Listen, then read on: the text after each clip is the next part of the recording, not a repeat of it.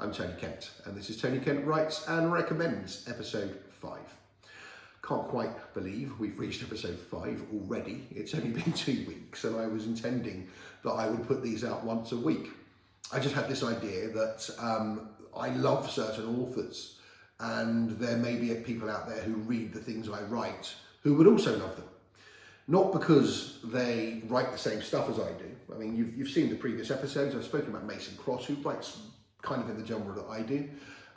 We've spoken about Neil Broadfoot, the same.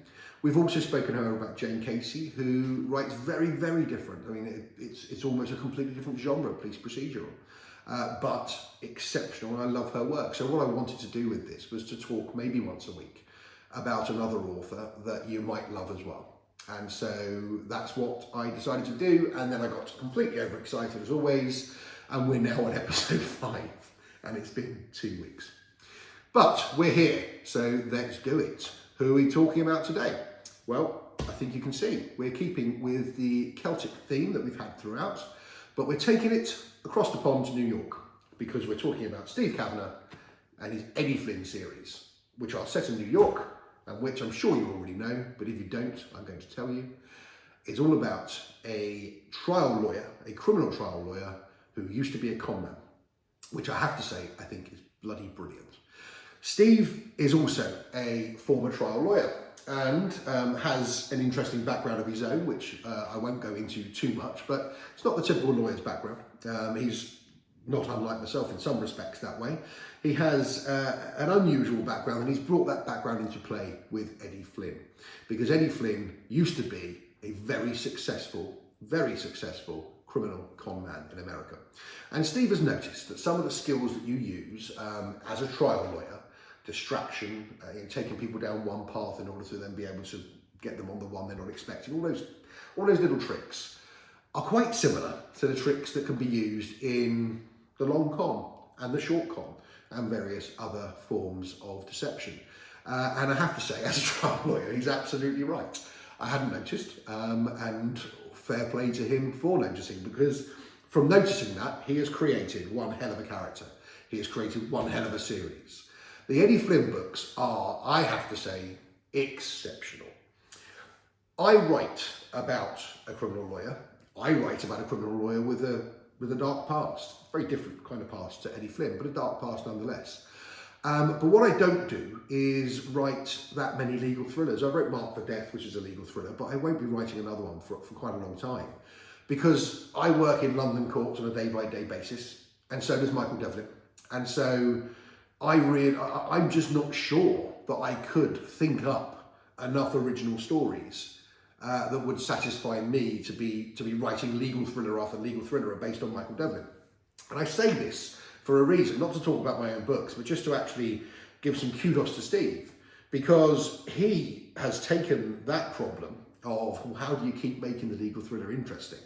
He's taken that problem and he's blown it out of the water, because each individual plot of the Eddie Flynn series are so original, are so well thought out, are so well conceived. I say, as a now professional writer, I am gobsmacked by the plots that this man comes up with, and the speed with which he comes up with them. I'm sure he's probably finishing his next one now. I look at them and I have to say, I can't see where they begin. I can see where they end, because once you see where he gets that germ of an idea, you can see where he goes with it. And every time he goes with it on a roller coaster of just such speed and such pace. And there's just never a hole. There's never a plot hole. There's never anything you can pick up. And again, going back to what I do for a living, I'm a lawyer. I love to pick things apart. I can't pick them apart. So let's talk about them briefly. Let's talk about the series itself briefly, and the book that hit big, which is 13. 13 is the book that made the series in terms of best-selling status, and worldwide renowned. But I have to say, and I hope Steve won't be offended by this, it's no better than the rest. Not because it's not a great book. It's a great book, but they're all great books. The difference is this had this: the serial killer isn't on the trial, he's on the jury. 2 lines that would make you pick up any book in any airport in the world. And it made people pick up this book. And when they picked it up, They loved it. And the reason they loved it is because you couldn't not love it. It's exceptional. But I would say this, pick up the plea. If it had the same tag, if it had the same effective tagline, or the defence, or the liar, if they'd had the same effective taglines, they would have been just as big, just as quick. It's all about the marketing, isn't it? It's incredible. But when you get past the marketing, you then have to have a product. And this product is exceptional. They are truly exceptional, and I cannot recommend them enough. And look how many there are. There are available in England and Britain at the moment. These ones, that will get you through a good part of the lockdown. And then who knows when this one comes out? It may come out before the end of the lockdown. I need to check that with Steve. It's already out in Ireland, I know that, and it's already out in Australia, I believe. But this is the newest in the Eddie Flynn season, which is in series, which is 50-50. And again, it is absolutely exceptional. I hesitate to say it's the best because they're all so very, very good. But in most other series, you'd be saying this is the best. This is just something very, let me explain something very original about this, just very briefly, because I'm fascinated by this. This is about two sisters. Each one is accusing the other one of a murder, and they're both on trial for that murder. Only one of them has done it. It's written from three perspectives. It's written from the perspective of Eddie Flynn, who's defending one of the girls. It's written from the perspective of the female lawyer, Kate, who's defending the other girl. Both Eddie and Kate both think their clients are innocent. And so from those perspectives, we are swayed this way and that. And then there is a third perspective, and that's the perspective of she. And that is the person that did it. Except we don't know which sister she is.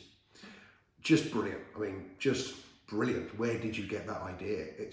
I'm blown away by it. And it's a fantastic book. But I have to say, they're all fantastic books. And when you look at the cover, 13, Lee Child raving. The plea, Ian Rankin is raving about it. The defence, Mark Billingham is raving about it. You don't need me raving about it, but you've got it anyway. The reality is these books need to be read. If you like thrillers, you'll love these. We've still got time. I mean, I think we're about to be told we have another 3 weeks at least of this lockdown. You can read those in 3 weeks. So don't waste your time. Buy them and read them. Thanks very much.